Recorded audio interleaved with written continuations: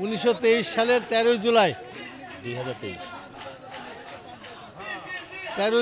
2023 সালে আমাদের ভারপ্রাপ্ত চেয়ারম্যান জনাব তারেক ব্রেকফাস্ট, টিফিন কিংবা স্ন্যাক টাইমে মজাদার আয়োজন মানে অল টাইম ব্রেড রহমান বাংলাদেশের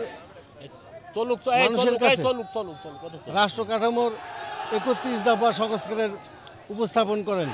আমরা সেই সংস্কারের লিফলেট বিতরণ করব এবং সেই সংস্কারকে সামনে রেখে আমরা মানুষকে উদ্বুদ্ধ করব যে আমরা যদি রাষ্ট্র ক্ষমতায় যাই তাহলে এই 31 দফা রাষ্ট্র মেরামতের সংস্কার আমরা করব। এইটা আমার অঙ্গীকার, জনগণকে আমরা আশ্বাস দিতে চাই, আমার নেতার অঙ্গীকার এটা। এই লিফলেট বিতরণ আমরা আজকে শুরু করব এবং আমাদের নেতা ব্যারিস্টার রাগিব রৌফ চৌধুরীর আমাদেরকে নির্দেশ দিয়েছেন এই লিফলেট বিতরণ করার। আমরা তাই তার নির্দেশে তারেক রহমানের ঐক্যবদ্ধভাবে জনাব তারেক রহমান আমাদের ভারপ্রাপ্ত চেয়ারম্যানের উপস্থাপিত রাষ্ট্র কাঠামো মেরামতের 31 দফা কর্মসূচি আমরা শুরু করব। নেতাকর্মীদের উপরে আমাদের নির্দেশনা আছে, কেন্দ্রের নির্দেশনা আছে, ব্যারিস্টার রাগিব রৌফ চৌধুরীর নির্দেশনা আছে।